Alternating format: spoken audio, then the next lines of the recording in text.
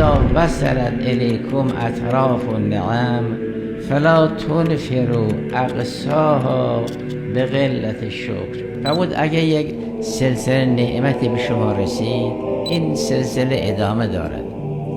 همین که یه بخشی از نعمت به شما رسید، مبادا مغرور بشید، این رو بیجا صرف بکنید، وگرنه اون بقیه سلسله نخواهد آمد.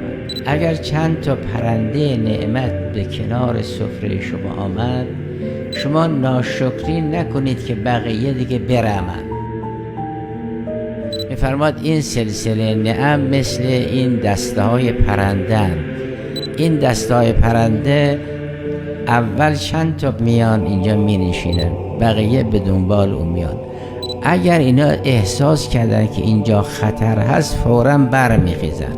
وقتی اینا برخواستند، اونا دیگه نمیان. فرمودن نعمتی که داره میاد، شما اینا رو در راه خلاف صرف نکنید تا اون ادامه نعمت بیاد.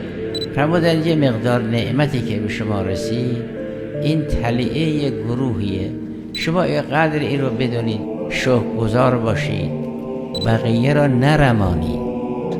کمتر شکرگزاری بکنید، بقیه این قافله میرمند و نمی آید.